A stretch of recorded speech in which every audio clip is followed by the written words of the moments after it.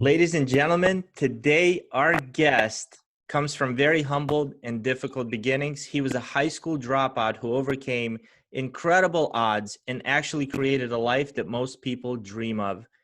Today, Paul Martinelli is a global teacher in the field of human potential, personal growth, and the power of what one's mind can truly accomplish.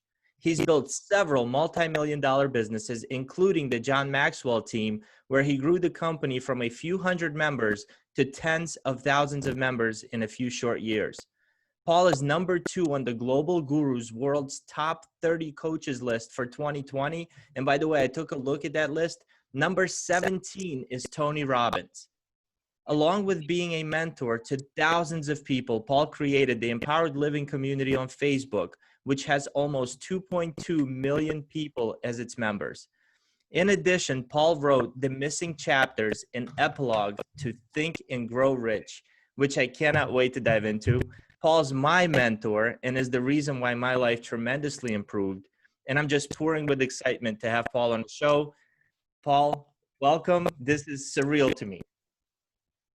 Oh man, thank you, Eric.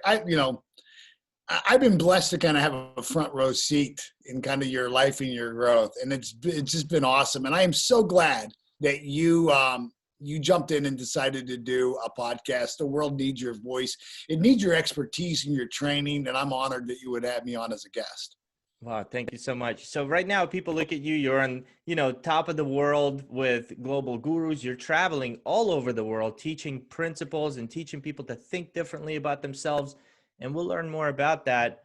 But you really opened up in your book. And that's not how life has always been for you as a young kid when you were 5, 6, growing up in Pittsburgh. So could you share with us a little bit about your childhood and kind of how you came to be who you are today? Yeah, my childhood was not a safe place, Eric. It was it was a house of horrors, to be honest with you. I mean, I share a couple of stories in the book of just kind of some memories, just so the readers can kind of get a grip of it. But it wasn't a safe place physically. It wasn't a safe place emotionally or verbally. My father left my family when my mom was 3 months pregnant with me. And, my mother was just operating from a real low level of emotional intelligence. And I really think she suffered with mental illness. And she was raising 4 boys, four children, 3 boys and a girl by herself. And she did, look, in the book, one of the principles I write about is the principle of forgiveness. And that's why I share the story. But I could remember going to 3rd grade and being sent down to the nurse's office because my eye was black and blue and swollen, I was born in 1966. So in the 1970s, child abuse wasn't what it is today. I mean, they didn't have the same precautions. Today, I'd have been pulled from the home. She'd have been arrested, But, what happened was I developed a terrible speech impediment. When most children start to speak at around 15 months, I didn't. I was, I spoke like this. And I didn't realize that, most people who stutter, it's not a neurological disorder. It's usually anxiety. For me, it was really post-traumatic stress syndrome, at 8 years old, right? Unbelievable. And of course, being a stutterer, I got picked on and teased, and it just formed a real low self-image, low self-esteem. And I ended up, as you said in your introduction, thank you for that. I ended up failing out of school. I tell people I dropped out. I failed out. And then through the book, Think and Grow Rich, my life was changed by my first mentor, Patrick Hayes. Wow. So there's been, I think one of the covers, and you actually mentioned that in your book, one of the covers of Think and Grow Rich, and there's so many different variations, says over 10 million copies sold. But not everybody reads 10 million, not all 10 million people who read that book, myself included, by the way, have changed and transformed like you have. What's the difference? Patrick Hayes. Patrick Hayes. Patrick just didn't give me the book. Patrick walked me through that book, word by word, sentence by sentence, paragraph by paragraph, page by page, chapter by chapter, principle by principle. And he would challenge my thinking. Here's the really cool thing, Eric, is Patrick never once gave me any business advice. He didn't tell me how to sell. He didn't tell me how to market. He knew nothing about the cleaning business that I was in at the time. He never taught me what to think. He taught me how to think. And if you think about that, we think we know how to think. But what we call thinking is really just mental activity. We have thoughts. That's not what really creative thinking is, right? Creative thinking is when you have an idea, you take that idea, you apply it to your current conditions and circumstances, and then you alter or improve the conditions, circumstance, and environment of your life. You then look at the feedback from that change, and then you think of the next thought. That's creative thinking. And so Patrick taught me this process to challenge what I believe. So I'll give you an example. When I met Patrick, I was earning about $20,000 as a janitor. And he said, let's set a goal for $100,000. Now, somebody who's making $20,000 absolutely wants to make 100, right? But the first thing I did was argue with him. First thing I did, Eric, was argue with him. I'll never be able to do it. And I started to give him all the reasons why. Here's the evidence from my life, real evidence. I'm a high school dropout. You don't get anywhere without an education. The rich get richer, the poor get poorer. I had every single excuse. And Patrick said, that's great. That's the fact of your life, but what's the truth of your life? Because facts change. Facts change. And so he had me study successful people. And here's what I found. By far, statistically, if you want to get rich, quit school. Quit school. Worked really good for Gates and Zuckerberg, right? They dropped out of college. They never graduated college. And so he said, look, he started to just pierce what I was defining as truth. And he said, that's not your story. You can take a pen and at any day start to write another story. What belief would serve you? And why don't you walk that belief for what you've walked this limiting belief for so long? Why don't you walk this belief? I said, Patrick, I don't think anybody can make $100,000. You know how many toilets I got to clean to make $100,000? And Patrick was an old Wall Street guy, so he sat me down back then. This is 1990, so there were computers, but it wasn't what it is today. And the next day I went and he had a newspaper, Investors Business Daily. He opened it up and he said, I want you to find a stock symbol. It was American Building Maintenance, largest cleaning company in the world. They clean airports, right? They clean prisons, and here was a company worth billions of dollars. He said, their average salesperson makes $250,000 a year. So how you own your company? Why can't you make 100? See, he challenged everything that I had made an agreement with. And so I think the key is has somebody mentored you through it? Has somebody walked you through it for a significant period of time? Maybe it's 6 months. Has somebody walked you through it? Has somebody been, you think about a rocket on its way to the moon or an airplane from Miami to Heathrow, it's off course the entire time. But it has a cybernetic mechanism that adjusts called an autopilot. It brings it back on course. Well, you and I have an automatic pilot. We have a cybernetic mechanism, but it pulls us back to our old programming. So even though we want the new goal and we start taking steps there, we sabotage ourselves back to our old belief. Unless you have somebody with really trained ears to say, stop, let me interrupt that pattern. What are you thinking? Choose a better thought. Choose a better thought. And that's the difference, Eric. I really believe that. Oh my gosh. You're saying that, and when you said, has somebody mentored you through that, and we're talking about Think and Grow Rich, you actually run a free program a few times a year for Think and Grow Rich, or it might be like $99 or something just ridiculously low, where you hop on live calls, and I've been on those. And you've mentored me. And I remember I joined one of your programs and you said, read this chapter. It was the chapter on persistence, 14 days in a row. If you stop once, If you miss a day, you start 14 days all over.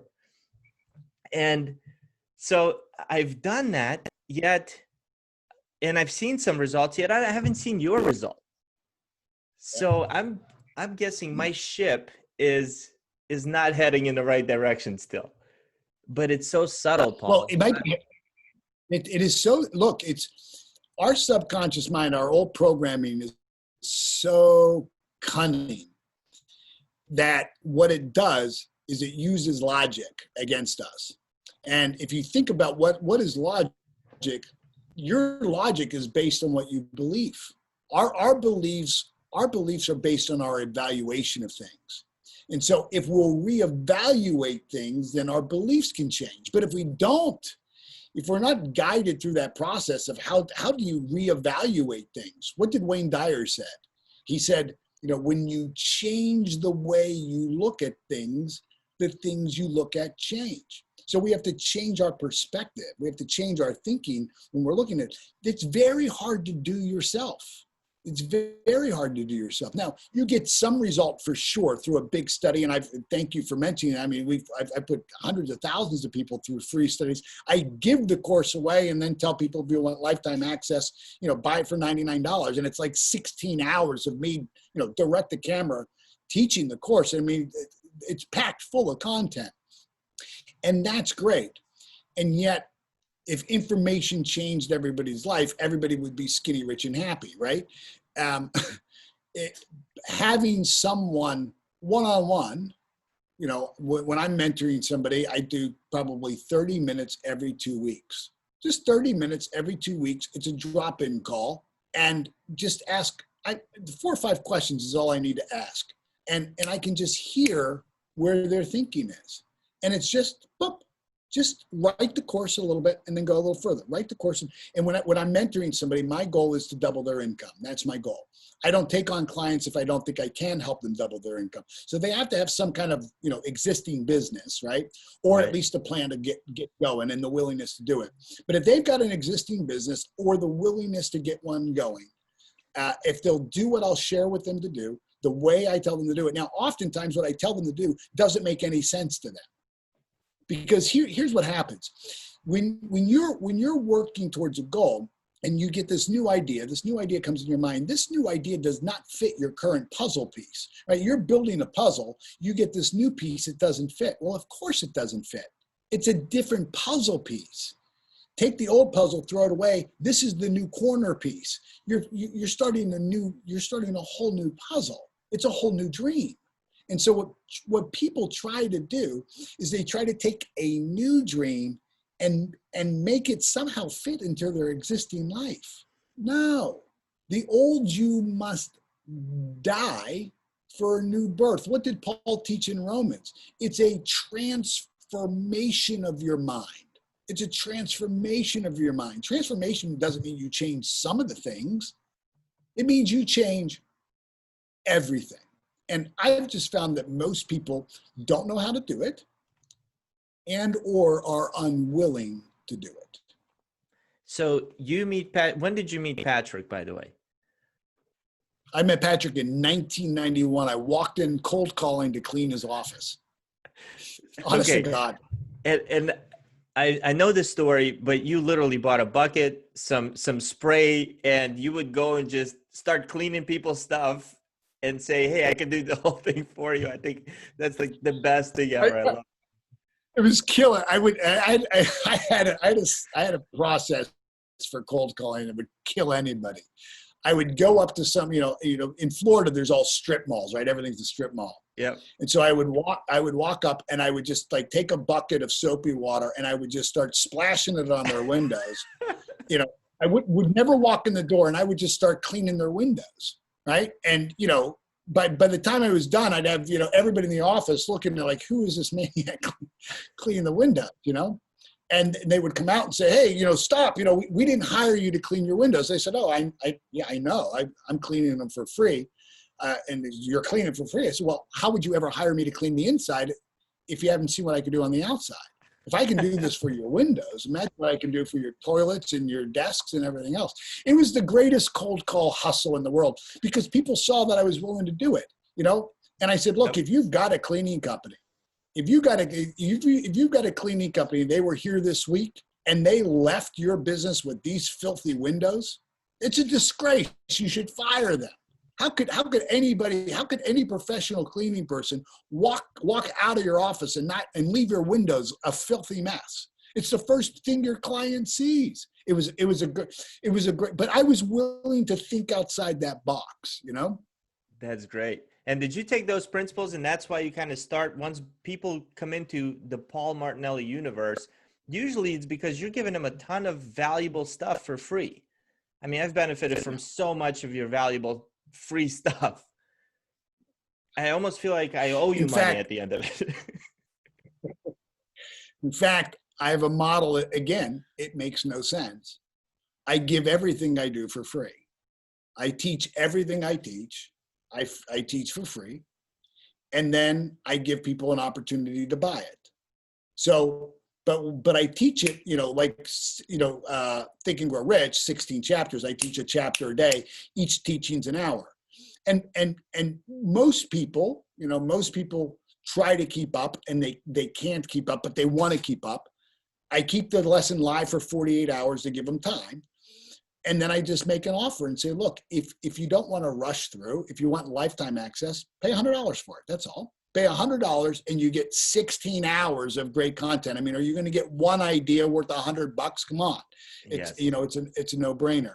And so I've done that with the Science of Getting Rich, As a Man Thinketh, Psycho-Cybernetics. I teach dead people stuff, I love it. The master. The classics, right? Think of it this way, Eric. Patrick Hayes turned my light switch on in 1991. And what was happening in 1991 in the personal growth industry was the giant, right? Anthony Robbins, right? Yep. And so there was Anthony Robbins with Fran Tarkington, right? The football player from the Miami Vikings, the quarterback, and they were doing infomercials at night. And Anthony Robbins had people walking on fire. This is 1991 before, any of his work. And so, this idea of being able to walk on fire, especially in America, oh my goodness, he's a guru, right? Millions of people did that. I never went. I never read the book. As a matter of fact, give me 1 second, okay? Give me 1 second, Yeah. all right? Give me 1 second. Let me grab hold on 1 second. All right. Paul's going to go grab a book for all you listeners out there, and he's going to be right back. And I hope you're enjoying this as much as I'm enjoying it, because if you follow him, if you take the time, join his community, it's called Empowered Living Community on Facebook. You're going to learn so much. And Paul's back. This is the exact copy that Patrick gave me. Now, it didn't look like this, Eric, when he gave it to me, right? I want to take a picture of it on my phone. Can I just do that really quick, Paul? Yeah. Look at this book. Yes. How old is that book? He gave me this in 1991. Every page of this book is dog-eared. It's beat up. I mean, it's falling apart. I've read this copy of this book thousands of times. But see, Patrick instilled in me discipline. See, discipline, everybody has potential, right? We have infinite potential. But when we're young, that infinite potential is chaotic energy. So, we're kind of like Peter Pan, right? We want to do this and we want to do that. And the world is our oyster. There's all kinds of options. And what Patrick said is, look, listen to one voice. Listen to one voice. Don't have 100 ideas. Have one and work it 100 times. And so he just, we would get to the end of the book and I would say, what's next? Chapter 1. Again, we'd get to the end of the book. What's next? Chapter 1. And here's the thing. Every single time I read the book, it was like somebody came in and wrote something new in the book. Every single time there was something new, because I was at a different level of awareness every single time. Every single time I teach the book, I see things I get new meaning out of the book. I mean, it's still, oh, absolutely. I mean, you do too. I mean, you've been on a personal growth journey, and yes. When you grow, you go back to something a year ago and you see so much more in it because there's so much more in you. Yeah. I'm a different person, right? I destroyed the old one if I did grow, and now a new person's reading that book. I got it. Wow. So Amen. one of the things that you're just amazing in, and I personally have a struggle with, is creating that future in my mind.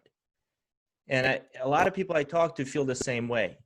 But when I remember you had a story about buying a house, and you walked in and you're facing the beach, and the real estate agent started asking you questions about what do you think, and this now you're like, I'll take it.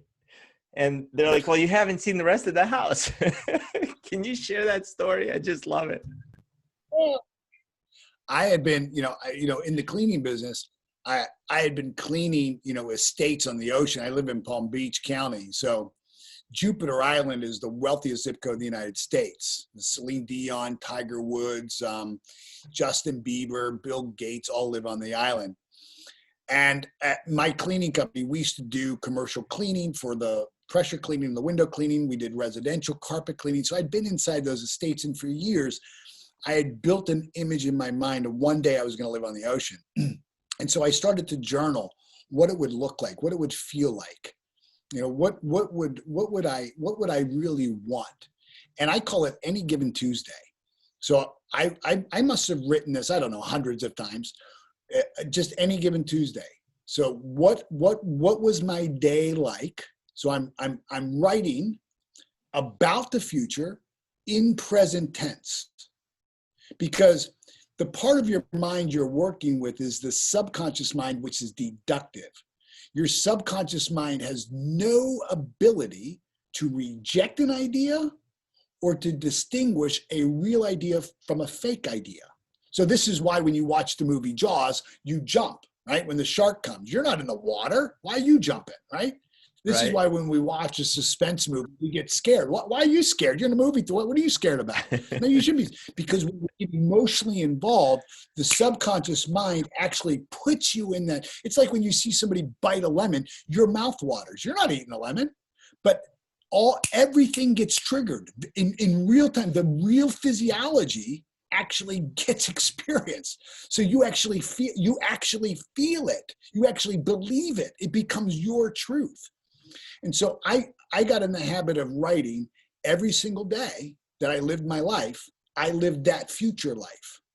So at the end of the day, after cleaning toilets for 10 hours a day, I would sit down and say, I woke up today on the beach, right? I had, Maria come in and squeeze the fresh orange juice. I mean, I had this thing written down. And I had started a natural stone cleaning division, polishing marble and granite. And I fell in love with natural stone. So I had an idea of an exact kind of granite I wanted, right? The color, right? Mm-hmm. And I've been looking for, an oceanfront condo. I walk in and there's this big extended bar from the kitchen, exactly the same. I mean, it was the kitchen I had written about, right? I walk in, it's nothing but ocean. Everywhere else I had looked, real estate agents can get creative about what waterfront property is, right? Yes. This was direct ocean, right? And I'm afraid of heights, right? And so I didn't want to be in the penthouse. I like third floor. You walk out the back of the building, 80 steps, you're in the Atlantic Ocean. I walk in this place. I could see just the tip of a palm tree and nothing but ocean. And I said to the guy, write it up. He said, well, you haven't been here. I said, I've been here 1,000,000 times. I know where the Christmas tree goes. I've been here 1,000 times. And so I think what happens for most people who get stuck with this, Eric, is they think it's a visual image. I can't get the image. Like, I'm the kind of guy, like, if I want to paint, the inside of a room, don't give me a paint chip. You got to paint the whole house, right? Then I'll tell you if I like the color. I've got no visual sense, right? And so it's not. Now, some people can do it creatively and see it in image, but I'm a kinetic learner. I have to feel it, and so my intuition works by feeling, not by vision. And so what I would do is I would allow myself to feel what it would be like, and then I describe what I feel. And for any of you who are watching, who are part of this, if you're stuck having a hard time imagining your future, then just ask yourself, what would it feel like? What would those emotional states feel like? What does fulfillment feel like? What does freedom feel like? If you were free, what would it feel like? How would you know you were free? What's that vibrational frequency? What shows up for you when you're free? And write that. That's all you need to do. Because But do your you schedule subconscious time? So like when you were No, talking about the puzzle, no. right?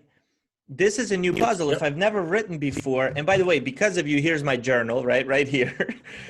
But if I've never written before, how do you start that first time you ever start writing?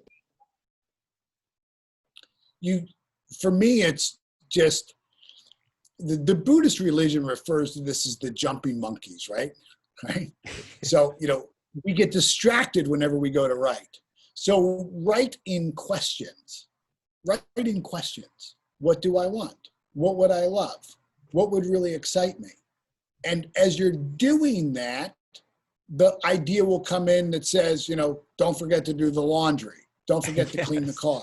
And so what I do is I write that down too.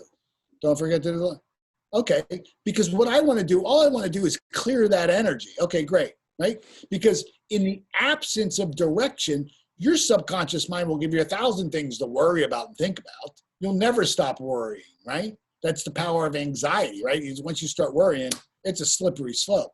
So write it out. Don't forget to do the laundry. Don't forget to get the oil changed. Okay, and then eventually, it gets kind of lullabied to sleep. It's the same process in hypnosis.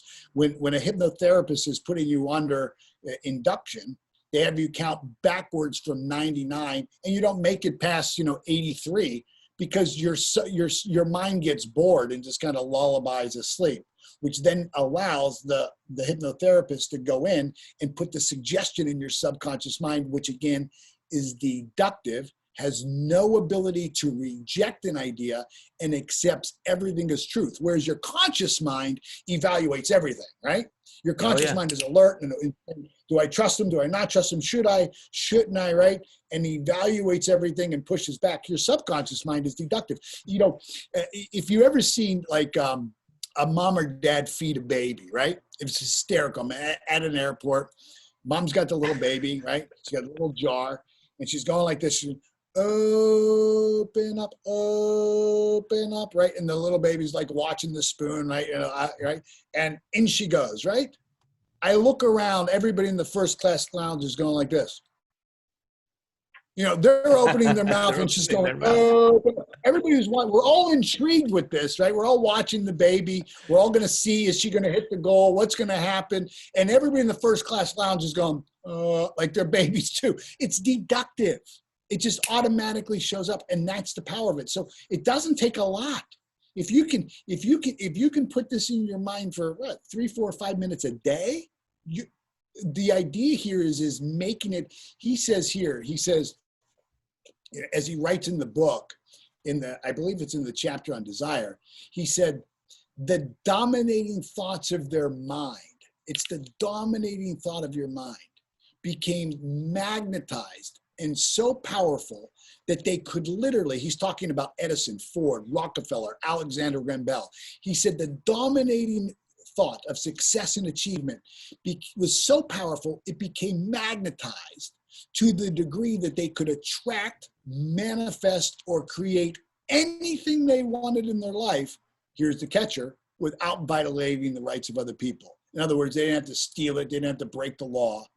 They were using what we know most people would call the law of attraction, which is really a secondary law to the law of vibration. The law of vibration is the calibrated frequency of the thought. That's what sets up the attraction. And you have dominion over all things by God as your birthright. Dominion over all things means authority over everything, not power over, authority over, authority over. So you have authority over the vibrational frequency of what you think. Really powerful stuff. If you know, and it doesn't, you don't have to be a quantum physicist to understand it.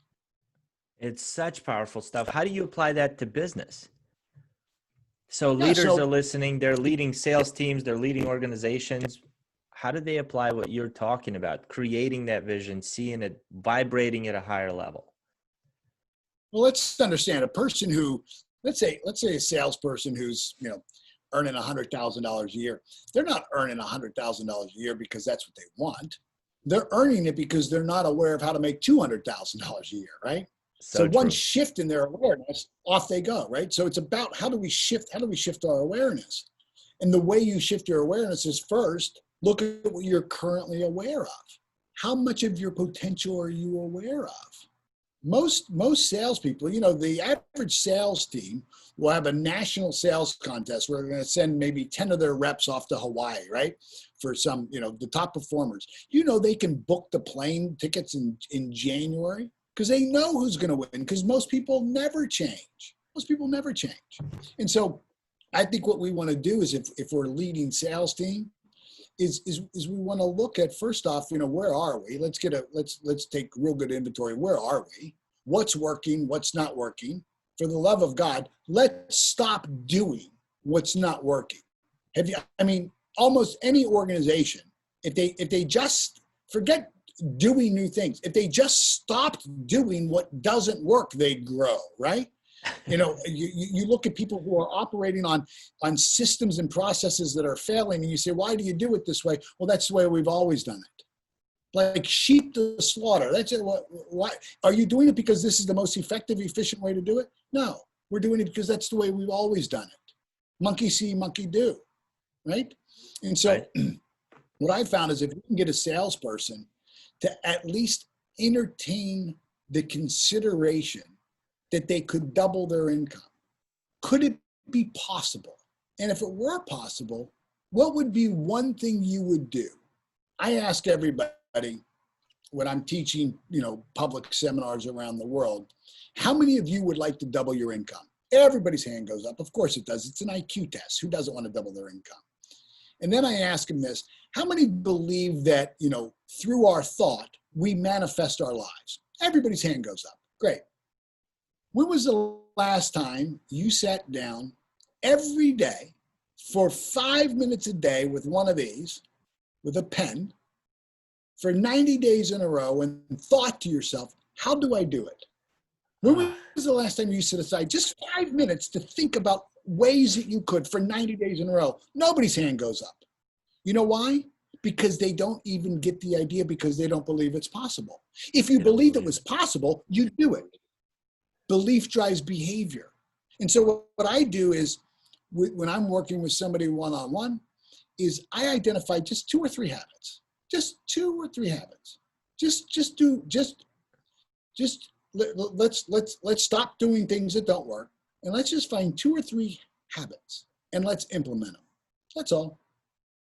And you would be amazed. You'd be amazed. Now, I'm not talking about somebody changing their life in 30 days. There'll be some changes. They're not doubling their income at the end of 30 or 40 days. At the end of the year, success compounds.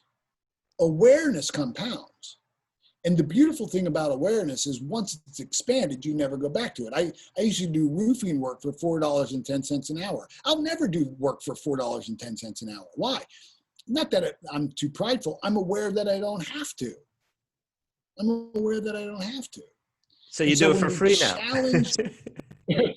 Yeah. And earn millions of dollars doing it for free.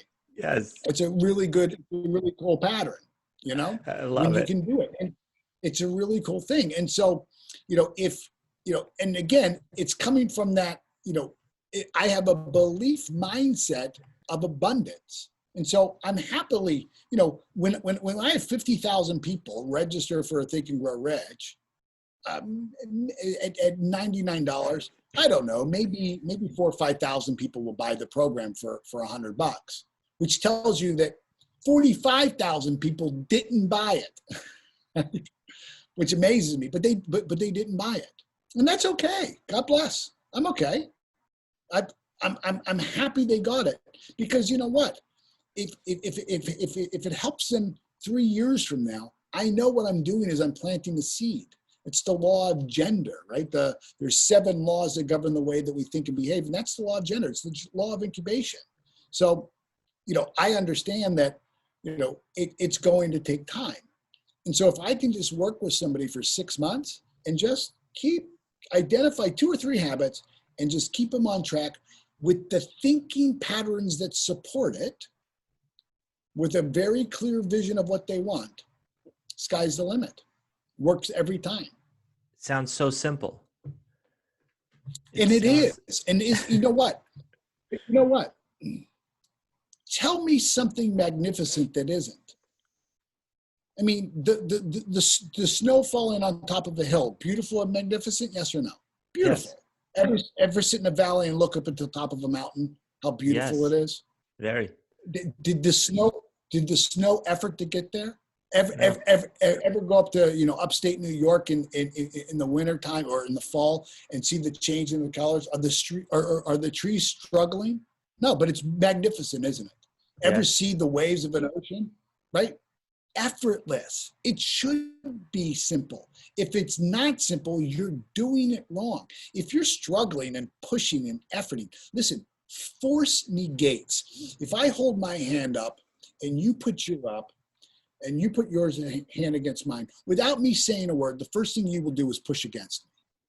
You'll just automatically push against me. And the next thing you know, you and I are in this dumb game where neither one of us is going to be able to advance anywhere. We're stuck trying to force our will on each other. And if I just simply did this, just let go, step to the side and keep walking, I'd move on. But we push against things that don't matter. We struggle with things that don't matter. We're in the middle of this presidential election and, look, politics and stock market are kind of like my sports. I don't watch sports, but I'm certainly not going to be fading in it. From a thinking perspective, I could care less who's going to be, whether it's Biden or whether it's Trump, is not going to impact me. It's not going to. I'm still going to create what I'm going to adapt and adjust to whatever it is. Now I have a personal preference. I'm a constitutionalist, so I've got a personal preference about how things are done, and so I care passionately about that. But I'm not going to get caught up in the drama of it, just as I'm not going to get caught up in the drop in the stock market or anything else. I'm just not going to allow myself to be pulled down to where it doesn't serve me. Wow. I love, there's a part in your book where you're talking about getting up really early in the morning to go to the roofing job. And the way you phrased it, I think you said, I'm going to a job that I hate, hoping they don't fire me. There's just so much in there, and there's millions of people who can relate to that. Isn't that true? I would get up early in the morning, stand on Smithfield Street to catch the 51A Arlington bus, and I hated it. And I hated it every single day, and I would pray that they wouldn't fire me, because I was operating from a belief that I was a high school dropout. I was lucky to have a job, right? I was lucky to have it, right? That this was as good as it gets. That in life we're dealt cards, and we got to play the hand we're dealt. It never occurred to me that I could take the cards I was dealt, throw them back to the center of the table, and demand from life a new game, or better yet, become the dealer of my own life. It never occurred to me, Eric. It never. I was resigned to being a roofer or cleaning toilets. That was it. Because if you're a high school dropout, what else do you do? What else do you do? And that was it. And that's what I was going to do.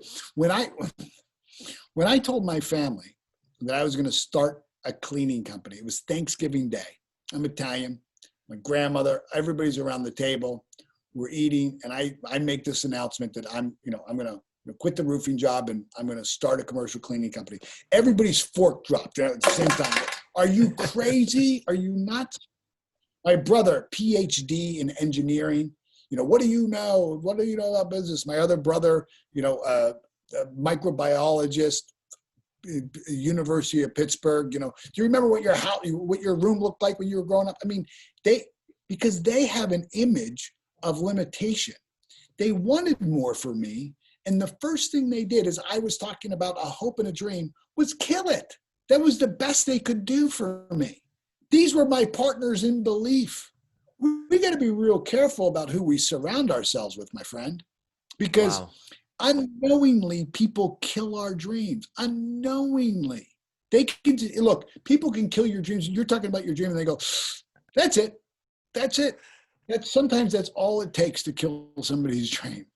So do you That's believe all it sharing your takes. dreams with people or keeping it quiet?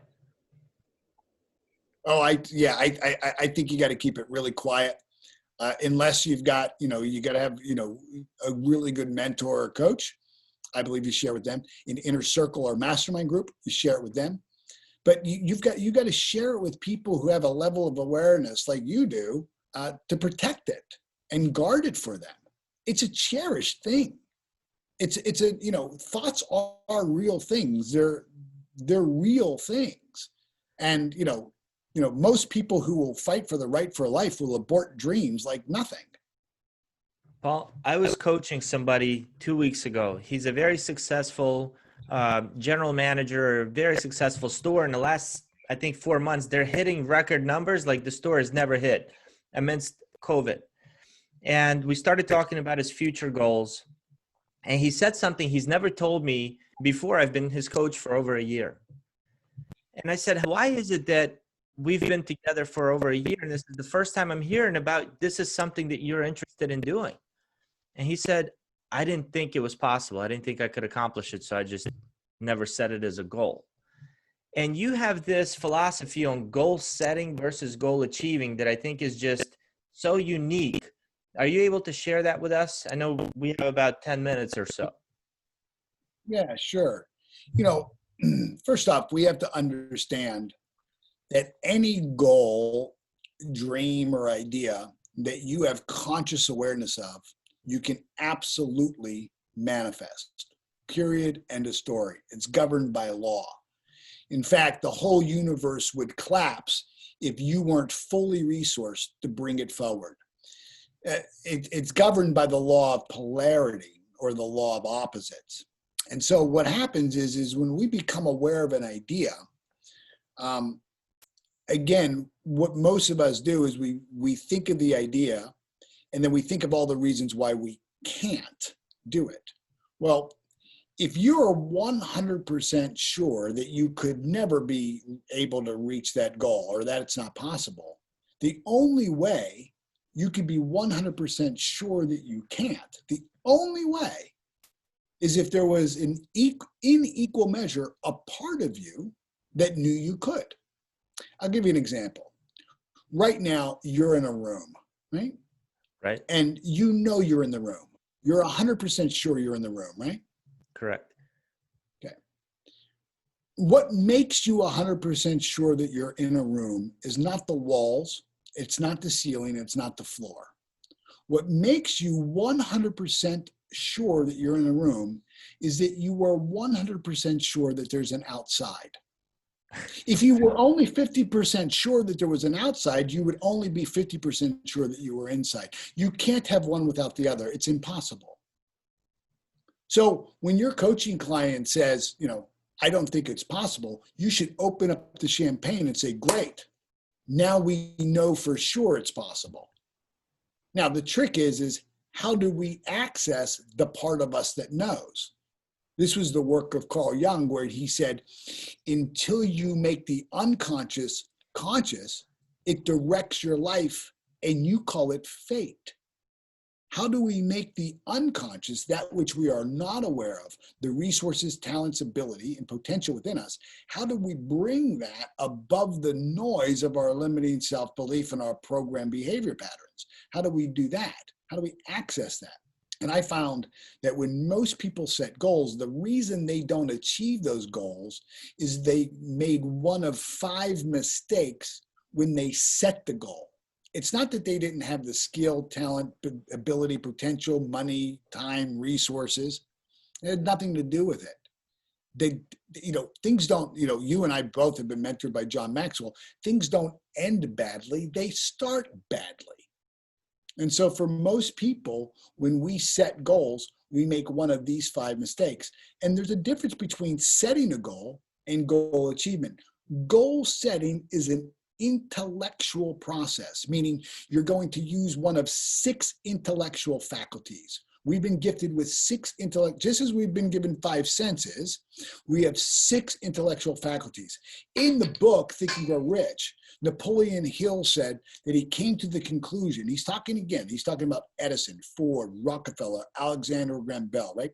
He said he came to the conclusion that it wasn't an abundance of generalized or even specialized knowledge that led them to great success and achievement. It's that they had developed their intellectual faculties to such a degree that they could create and manifest whatever they wanted. Think about that. Think about that. What are these intellectual faculties? We're not taught them in school. You could ask a 5-year-old what their 5 senses are, and they can tell you, see, hear, smell, taste, and touch. We're always taught about the physical world. Well, the physical world is limited. I've got a glass table in front of me. You and I jump up on top of the table, it breaks. Now, if you could just imagine this glass table, can you? Sure, you can imagine a glass table, right? Sure. Now imagine an elephant standing on it. Can you imagine it? Yes. Okay. Can you see an elephant standing on top of it? Yeah, in my imagination. You can kind of get it. Yeah. Yeah. And the table doesn't break, right? No. Because there's no limit in your imagination. There's no limit there. My goodness. And so that's where we want to work. Why would we work in the physical realm where it's limited? We want to work in the intellectual realm. So there's 6 faculties, intellectual faculties. And what most people do when they set goals is they use the intellectual faculty of reason. Well, your reason is based on your logic, which is based on your belief. And your beliefs have created the conditions and circumstances that you don't want, that you're trying to change in the first place. So you automatically put all kinds of restrictions on your potential right from the beginning, and you're done. You're dead even before you start, and you don't even know it. And so we want to use the intellectual faculties of our imagination and intuition. So there's 6: perception, reason, will, memory, intuition, right? These and imagination. These are the 6 we want to use. But we don't want to rely just on reason. We want our reasoning mind to serve us. We want our reasoning mind to serve us. We want to direct reasoning. We don't want our reasoning mind to direct our imagination, because the reasoning mind told, in the 1950s, the United States government set up, Health and Human Services. You know what their first mandate was? Go find land where we could build factories to make more wheelchairs, because they came to the conclusion, the reasoned mind came to the conclusion that we couldn't cure polio. Thank God Jonas Salk didn't use reason, and he used intuition and imagination, and he created the vaccine. There's no reasonable reason why there should be a rover on Mars, but there is. We didn't get there through reasoning. We got there through imagination and intuition, which then directed our reasoning. We first entertained the consideration that it was possible. And it's not possible in the physical realm. There's no evidence there, but it's possible on the fertile field of possibility in our imagination. And that's unrestricted.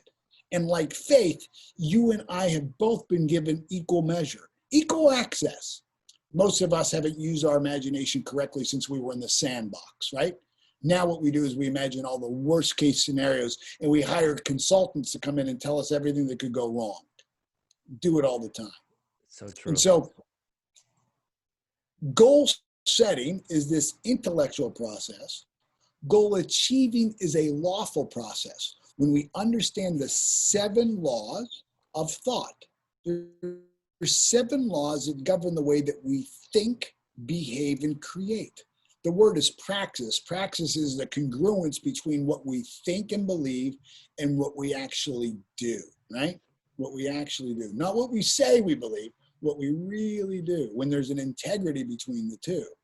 And so when we can understand these 7 laws and apply them to our thinking, then we go from goal setting through this process of achievement, lawful achievement. It becomes predictable. You can set your watch to success and achievement. Paul, you've added so much value to us today. I can't tell you how much I appreciate it. Right now, you actually have an incredible program that I saw. And right before this, I don't know, because maybe I was thinking about you and thinking about this interview. I hop on Facebook, and sure enough, there's a picture of you with one of those buffers buffing the floor. And, you know, it's an ad on Facebook for a program that you're launching right now. Can you help us understand what that program's about and how people can access it?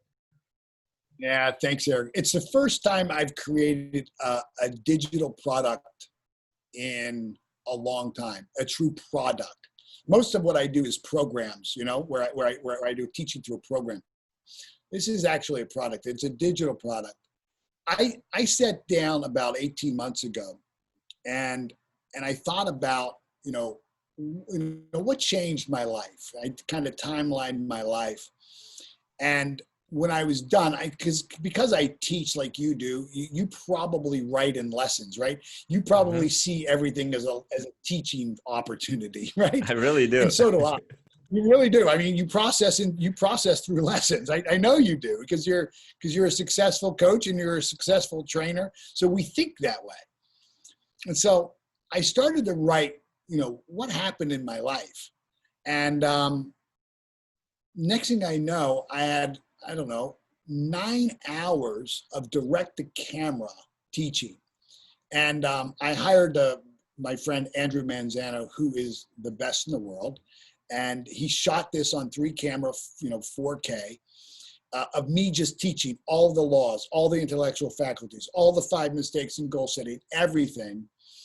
And when I was done, I found a young guy, really creative genius in Ireland, who took it and then put it to music and put B-roll behind it and subtitled it. I hired a design team and curriculum development team to create a workbook. And so the program is called Fully Resourced. It's meant as a 6-month, you're supposed to watch it over 6 months. Most people binge watch it and watch it on a weekend, which is great, but they have lifetime access to the product. And then I added on what changed my life, which was the mentoring. I added 6 months of, now it's not one-on-one, it's group, but I do a call every 6 months for 3 hours where, you know, I guide people through, you know, what I'm doing now in my life. What am I doing? How am I pivoting? What am I thinking? What's in my awareness? I travel all over the world. I've got clients all over the world, and my clients tend to be at the highest level. And so I know, I can see and I hear trends that are happening. And I bring that to the people in the group in real time. So thank you for letting me talk about it. I think it's paulsprogram.com. I think that's what it's called. That's how creative I am, Eric, right? It's Paul's program. I love it. That's real creative. I'll put that in the show notes in the description for you guys, paulsprogram.com. And if you want to learn more about Paul, it's paulmartinelli.net or paul.martinelli.net. Yeah, I think paulmartinelli.net. It is .com is a real estate agent up in Canada who gets bombarded whenever I do something. Yeah, make sure it's .net. Paul, thank you for joining us today. You were so amazing, and I can't wait to get this episode out for all the listeners. Hey, Eric, thank you so much. I really appreciate you, my friend. God bless. God bless.